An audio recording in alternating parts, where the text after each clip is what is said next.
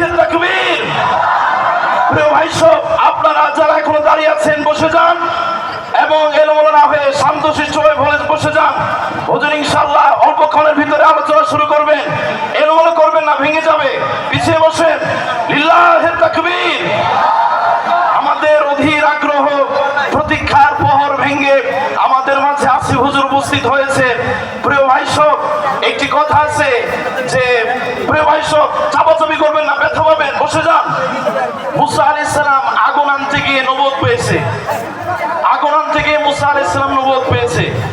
আমরা আজকের মাহফিল করতে গিয়ে আলহামদুলিল্লাহ আমরা আসিফ হুজুরকে পেয়েছি। সবাই বলেন আলহামদুলিল্লাহ। আপনারা সবাই খুশি তো? কম না বেশি?